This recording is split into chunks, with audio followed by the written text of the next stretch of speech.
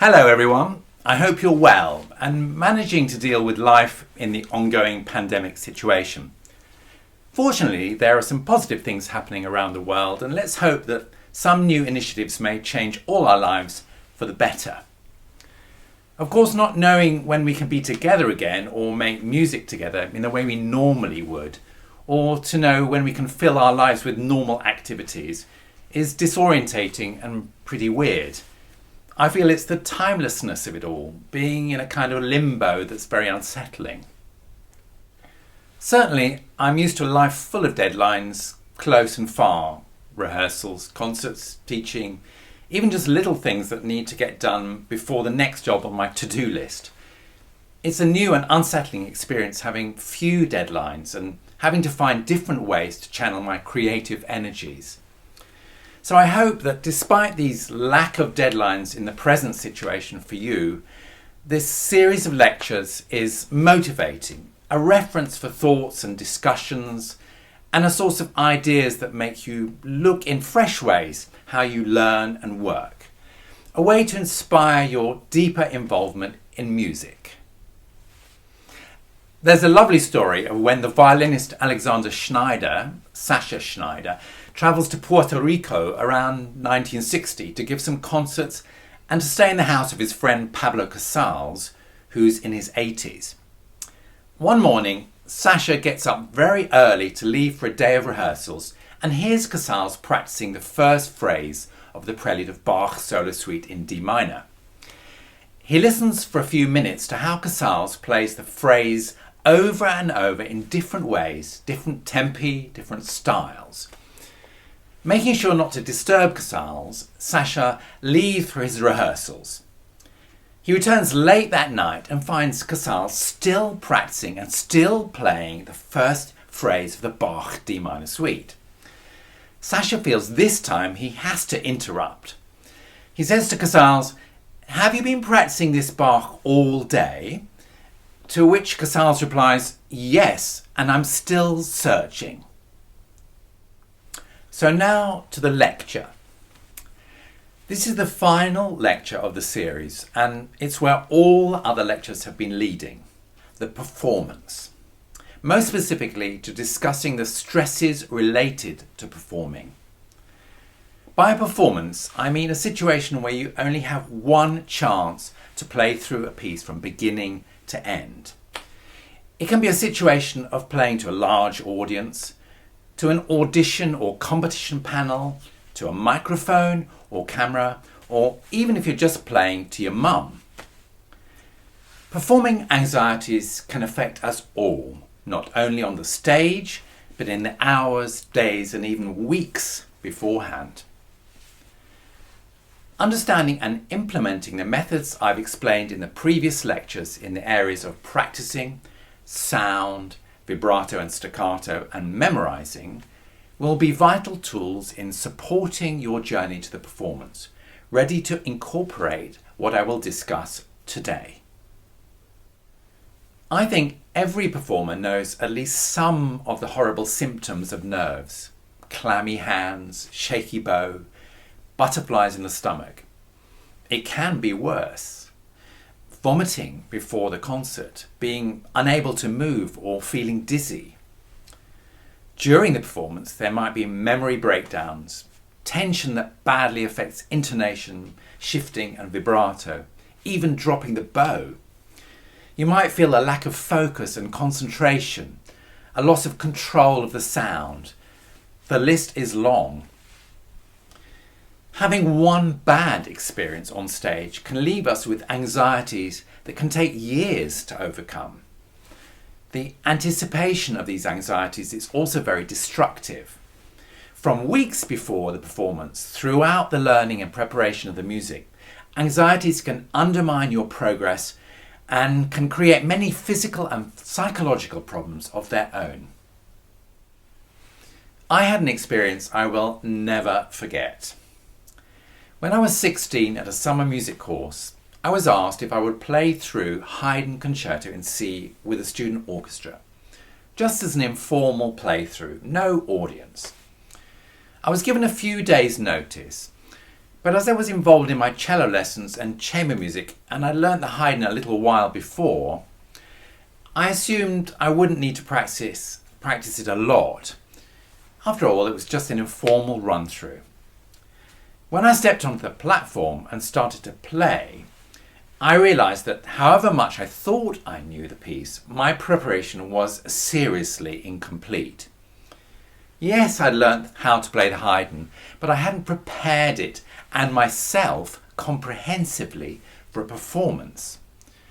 I managed to play it through, but my personal experience of the performance was horrendous. I had 1,000 doubts, feelings of stress, a lack of confidence, and a feeling I'd really let myself down. I came out of that experience vowing to myself that I would never ever allow myself to arrive at a performance in such a state without the best of preparation. Imagine, I still remember how that experience felt, even now, 45 years later. This is why I always strongly advocate that we learn how to prepare for a performance in a structured, positive, fulfilling way with an absolutely clear aim. Being confident with our creativity, our musical and technical decisions, and our communication allows us to focus our concentration productively. It lifts our playing to new heights. Before I expand on how to be confident, what our aim is and which practical measures to apply, I'd like to talk about the psychological aspects of performance anxieties. What are we actually nervous about? I often hear musicians say they're anxious people that think they're just not good enough players, or they're worried they won't live up to the expectations of their teachers or colleagues or critics, or they're simply frightened of messing up, making mistakes. On top of these, they then worry about the consequences of their performance. I won't be invited again. I won't get the job, or worse still, I'll lose my job. I'll get a bad reputation and people won't want to play with me. You can see why being anxious about these things can be so debilitating. Being anxious can so easily cause you to fear performing or to have fear during performances. So let's start by having some fundamentals clear in our head. As performers of music, we're the communicators of art. Our job is to communicate the composer's composition, that work of art, in the most honest and convincing way we can. To communicate what we feel is wonderful about the musical creation. I believe we're passing a gift to the audience. The gift of music is a most extraordinary and beautiful gift. It can be life-changing. It can be unforgettable. It can trigger the deepest emotions. With our hands and our heart, we pass to the audience an amazing jewel.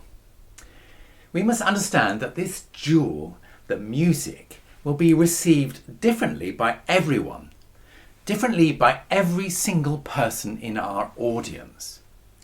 We must pass this jewel to the audience selflessly, without expectation and without demands. We must understand that as we are passing the gift, the audience are not looking at us, judging us, they're fixated with the gift. We pass it to them in a continuous flow from the moment of the first upbeat to beyond the last note. Every day that you take your instrument, you should remember this. You should remember how enormously privileged we are to make music, to be musicians. Think how often we meet non-musicians who are so enamoured of our lives, so respectful for our talent and grateful for receiving music from us. They do this without judgment. To pass the music, to give the gift of music, you must believe in every moment of the music. You must project every moment without hesitation, without concern at how you're being viewed. If you become self-critical and self-conscious, The flow stops and the audience starts to look at you for a reason. Why are you not giving anymore? Is there something wrong? Don't you believe what you're telling us? Instead of the energy flowing from you to the audience, the energy reverses and the audience becomes the examiner. You'll become yet more self-conscious. You'll doubt your capabilities. You'll feel the pressure of their expectations. This is not only destructive to you, but undermines the purpose of your performance. You'll be in survival mode. I find it disturbing to come off stage with fellow musicians who feel relieved to have survived their performance. I think that's a terrible way to live your life. When your gift of music is received beautifully and completely, when your message has been passed honestly and with integrity, the audience reaction will be one of deep gratitude. The gift will be so special to them, and they'll conclude that such a wonderful gift can only come from a true artist. Remember how you feel when you listen to your favourite artists. You relax and enjoy what they do without thinking how they do it. Everything seems effortless. They plunge you into the music, instantly bringing you into a different world, taking your heart and making you feel amazing emotions. I will remember forever the experience I had when I was 10 years old, listening to David Oistrakh play the Brahms Violin Concerto at the Royal Albert Hall. Although I sat among 6,000 people, I felt Oistrakh played for me and to me. It was as though he put his arms around me and said, "Listen, Robert, to how incredibly beautiful this music is." He gave me the gift of the music and held me until the last note. Compare that to the musicians who don't do this for you. You find yourself aware of how much effort they're making, maybe even how anxious they are.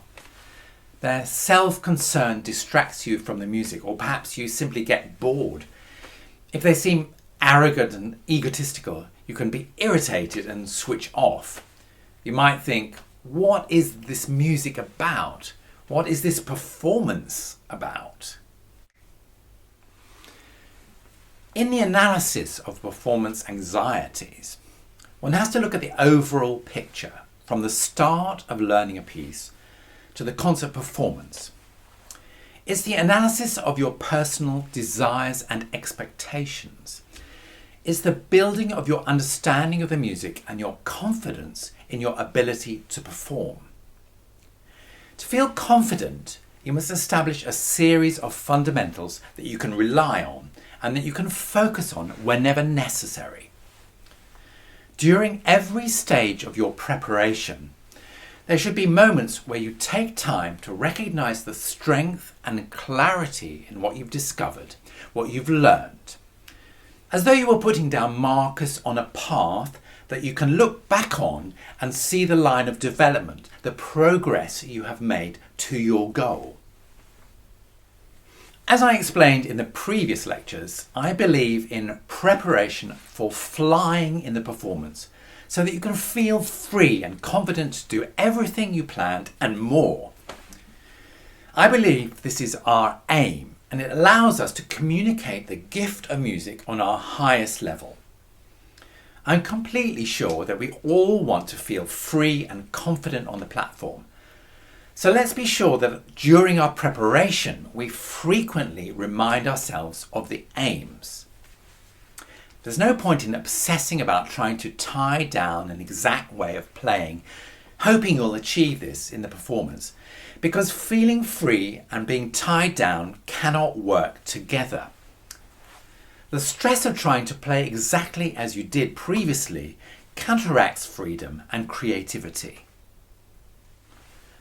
The performance environment is unpredictable and changing.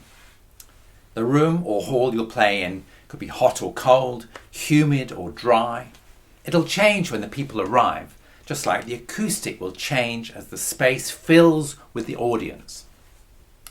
Which reminds me, when I first played Schubert Quintet with the Amadeus Quartet, I was still in my 20s, we arrived at the Royal Festival Hall for the on-stage rehearsal, and I expected us to take some time to get used to the acoustic.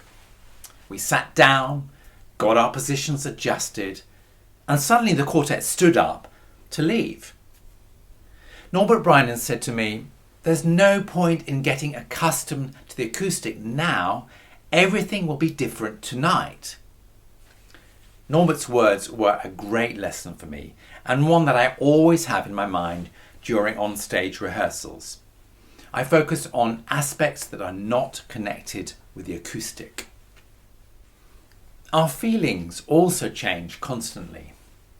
Can you say exactly how you'll feel tomorrow at 8 p.m? Exactly what mood you'll be in? How much energy you'll have? It'd be nice to think we could plan these things, but as we can't, we need to find stability in other ways. One of these ways is to make the concert stage our home, a place to feel comfortable. I think it's good for us to make a long list of what makes us feel comfortable on stage. Here are some that I advocate. Sit or stand in a position that you recognise as being optimal for you.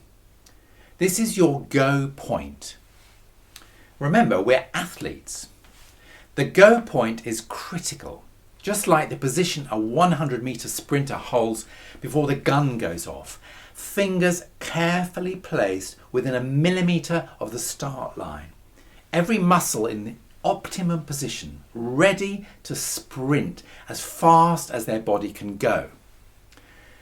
The go point incorporates the right mental attitude, relaxed, poised, and in deep concentration, ready to fly. Once you find your best go point, sit or stand that way every time you play. Try to recognize every detail of this position so you can find it easily and you can feel confident that you're completely ready to have a great start to your playing. For us cellists, the chair we sit on is particularly critical. The height, the tilt of the chair, where exactly we sit on the chair. These are all points to be carefully considered. It's worth being very fussy about which chair you use because it hugely affects our go point. In preparation for a concert, let the promoter or agent know in advance what you'll need. I often take my own piano stool when I drive to concerts from home, so I don't have to worry about that. If it's not possible, I clearly stipulate an adjustable piano stool with a firm seat. Take your time at the venue to choose the right chair for you. I know how difficult it can be, so it's a good idea to take things with you, like those wedged cushions or blocks you can put under the legs of the chair. Whatever works for you to get you to your go point. It's also very important to plan what you'll eat and drink. Get to know which food gives you sustained energy, which food makes you slow. When to eat is also important. For me, eating a decent meal about 2 hours before the performance is ideal. But I know that sweet desserts don't work for me before a concert. I don't like to play when I'm hungry, but I don't like to eat just before the performance. Organising this can be difficult and sometimes impossible. So I have backup plans which include high energy snacks, fruits and nuts. I often have a bite or two of a snack in the interval.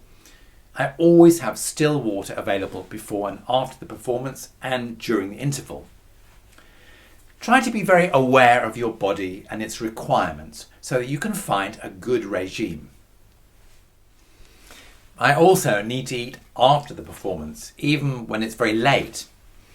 Otherwise I don't sleep and therefore don't recover properly for rehearsing and performing the next day. This too takes planning.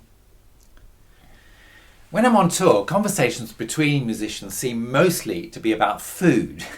Where to buy it, which restaurants serve what, and when they're open. My suitcase usually has more food in it than clothes. The shoes you wear really affect how you sit or stand, and the clothes you wear can really affect your feeling of being at home on the stage. High heels are a prime example. If you don't feel absolutely balanced wearing them or walking in them, if they put tension on your calves or your back, if you don't feel at home, then don't wear them. In every case, shoes and clothes need to be worn many times before you wear them on stage. You need to feel very familiar with how you feel in the clothes and how they actually work. There's nothing worse than a jacket that you constantly have to hitch up so you can move your arms freely, or clothing that you're frightened is in danger of revealing more than you would like. It's not only distracting for you, but the audience also finds it distracting. They stop listening and start worrying. In the case of chamber music, your position in relation to the piano or other players must be decided on in the early stages of rehearsals. Getting familiar with your physical relationship to each other and the way you sound as a unit should be a priority on your list. You don't want to find at the concert that you have to turn in a new way to see your partner or they to you. That can be confusing and distracting. Again, earlier on in your practice and rehearsals, when you play from music, decide exactly the height and position of the stand, making sure that it doesn't block the path of the sound or the view towards the audience. Without making the decision, you might find at the concert that you'll be turning your head more than usual to read the music, which will lead to unexpected tensions in your neck or body, which are of course detrimental to your performance and confidence. Planning these things well and getting extremely familiar with them helps you to feel at home on the stage. Decide how you feel most comfortable moving onto the stage and how you'd like to present yourself to the audience. Will you walk slowly or quickly?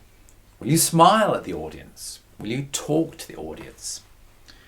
How many times will you bow before you start playing? How many times will you bow after the performance before leaving the stage? Isn't it embarrassing when half the ensemble leaves the stage and the other half is still taking another bow? Will you tune on stage? I actually suggest you get used to not tuning on stage unless you absolutely have to. For example, between movements, if your instrument has become out of tune.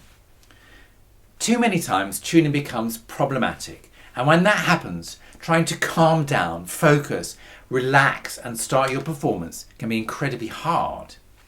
Besides, your audience comes to hear the music, not what you do to prepare it.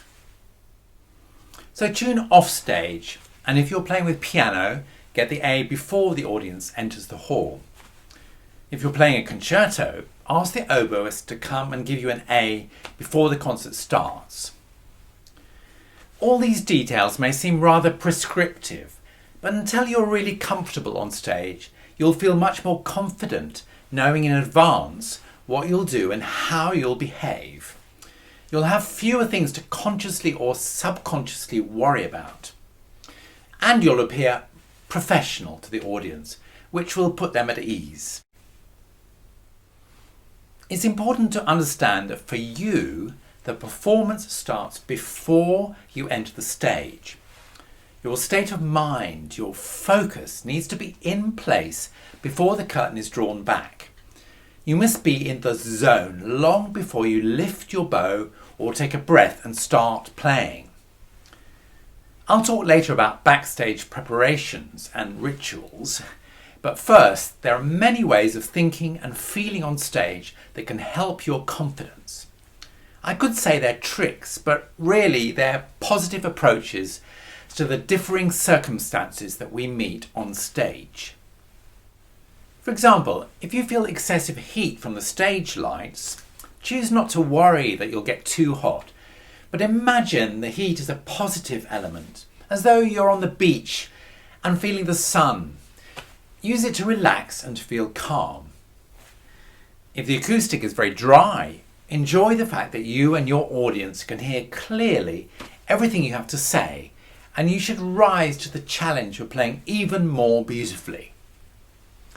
Feel the floor under your feet at all times. Take pleasure in its stability, in how it helps you balance. It may be the only element that doesn't vary. If we're to feel comfortable, confident, and creative on stage, I believe we must be honest and clear with ourselves, answering a big question.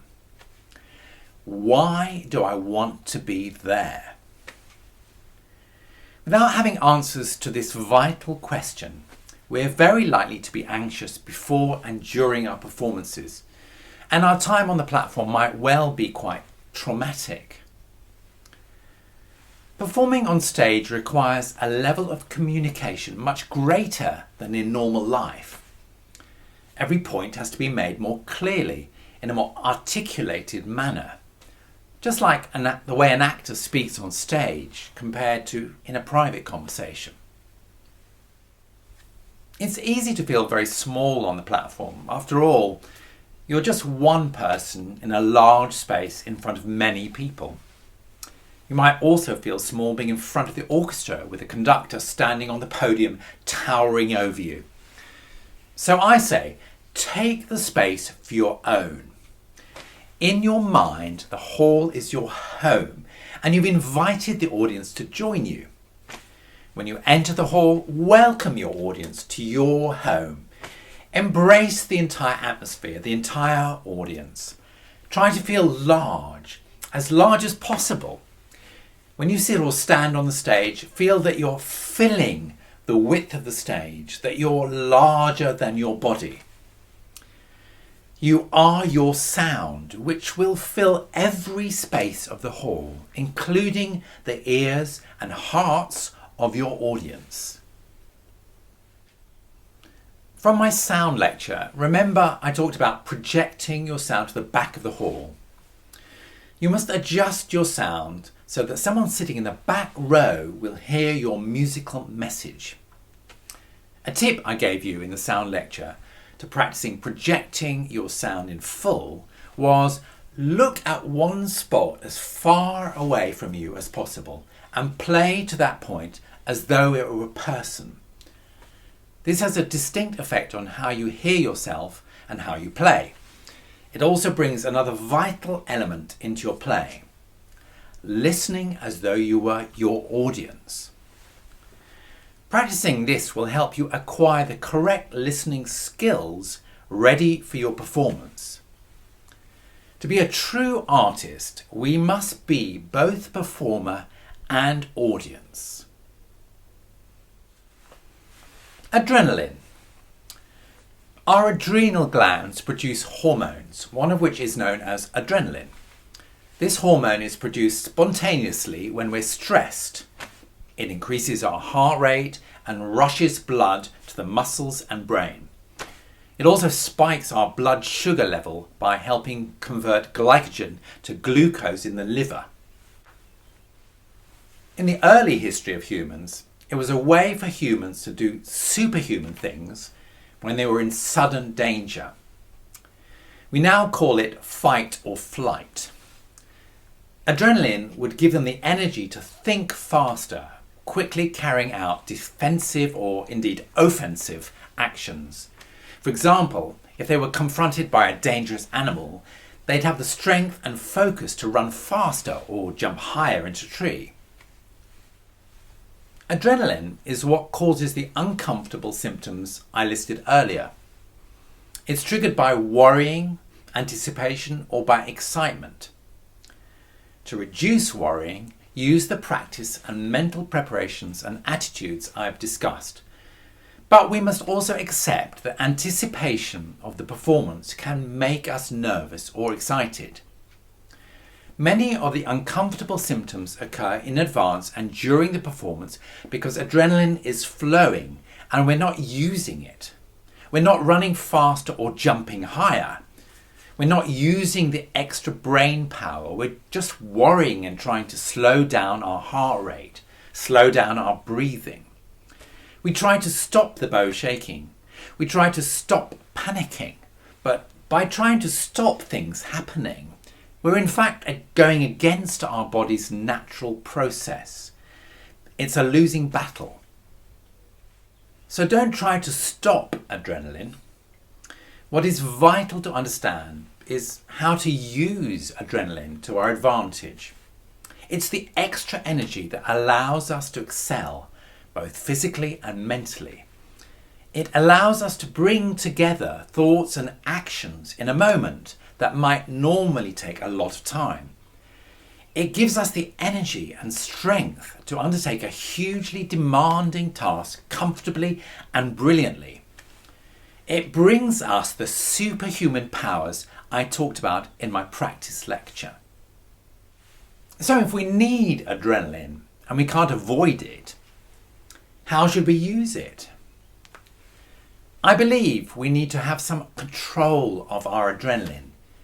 We need to be able to provoke it, and we need to practice using it, to make it familiar and to use it to our advantage. If we only experience adrenaline just before and during the concert, the jump onto the platform is huge. It causes great problems. Adrenaline itself is not a problem. If we learn to use adrenaline on a regular basis, not only will it be much more familiar in the performance, but the extra powers will enhance our abilities to learn, improve and achieve. Practicing with adrenaline gives us the ability to concentrate in a much more focused way. It's as though we have a magnifying glass over everything we do. It also enables us to feel and control our physical movements and listen to the music with super sensitivity. We can then respond to the music and make discoveries in an exciting and positive way. Conjuring Adrenaline. From my practice lecture, you'll remember the part of the process when you play through sections and whole movements. Close your eyes and imagine that you're in the concert hall performing to someone you know or an imaginary audience, perhaps even thousands of people watching and listening. Play as if it were a performance with the attitude that you have just one chance. Practice performing. Regularly conjure this image during your practice sessions. Perform frequently. It's common that the effects of adrenaline alter our sense of time. Every moment expands and can be filled with many more thoughts than normal. We can think about and feel a single finger lifting and descending to the string in a way that seems in slow motion. The normal sense of flow in a phrase can seem like one note followed disjointedly by another. This can cause us to lose our sense of where we are in the music. We can panic, or we can simply have distracting thoughts. What we ate that day, who's in the audience. In our attempts to rescue the situation, it's common that we'll tell ourselves to concentrate more. Come on now, concentrate, concentrate, concentrate. Of course, using words is not the answer. We need to use the extra brain power productively. During the performance, having the finer details of information learned when you used adrenaline in your practice gives you many things to concentrate on. And given that you'll most likely produce even more adrenaline at the performance than before, aim to express the music with even more sensitivity and brilliance than before. Expect and plan to do this in your practice sessions. Most importantly of all is the memory of how you feel when adrenaline flows, the memory of the ease at which you could think about details, the ease at which you could apply techniques at almost any speed. Your trust in your ability to play with adrenaline allows you to relax and lets the adrenaline give you freedom to excel. So much of what you do in the performance comes from stored and subconscious information. After all, You cannot think consciously about everything you've prepared in the weeks gone by. You need to focus your concentration on the gift you're giving, the unique qualities of the music you're communicating, the atmosphere and the energy that the music brings. You need to focus on making what you know you can already do even better. Rise to the challenge. Use the new energy to fly higher. You need to enjoy the adrenaline and its magic. Enjoy being in the zone. Backstage, before your performance, is also a time to use your adrenaline positively. I've been backstage in dressing rooms 1,000 times with musicians frantically practicing passages they're about to play on stage. It's as though adrenaline has surprised them and the magnifying glass has exacerbated their concerns. They frantically try to handle a whole new set of feelings and pin them down just before going on stage. Often they feel unsettled in their performance. The new feelings caused by adrenaline are just too new, and the plans they carefully prepared in advance do not work to their satisfaction. I believe so strongly that every performance needs to be a positive experience. That's why we need to prepare so carefully and comprehensively. Backstage in your dressing room should be a time for thinking, for remembering good feelings, for warming your muscles without burning energy, for reminding yourself why you're there and what you'll be giving. There are simple practical things you can do. Apart from the physical warming up exercises you should have used in your practice sessions, you can also rub your kidneys vigorously. Use your knuckles and rub hard. Cold hands are a common symptom of nerves. Stimulating the kidneys helps the distribution of energy and blood flow around your body, which warms your hands and makes you feel better generally. Having pictures of loved ones to browse is one way of putting you in a good mood. Some people like to play cards, listen to a favourite piece of music, juggle balls in the air. These are all ways of putting us in a familiar and happy mood. They're all good. However, I feel that to get into the zone for performing, we must have some time for focusing on the music we're about to play. It's the time to remind yourself what you love about the music and to remember that the audience have come to enjoy that experience with you. The atmosphere in the dressing room is the polar opposite of the audience-filled concert hall. Moving from the small dressing room to the hall is a sudden change. About 20 minutes before I go on, I like to peep around the curtain and see the audience, so I prepare myself for the new atmosphere and see the happy faces of the audience looking forward to the concert. It can be helpful to prepare yourself by simply imagining performing to the audience, or in the case of an audition, to picture yourself playing to the panel. But also having a few calm minutes with your eyes closed or being in total darkness can be very helpful too. It can give you a quiet space to focus on all the positives. I'd like to finish by talking about being in the zone and why it's such a great place to be.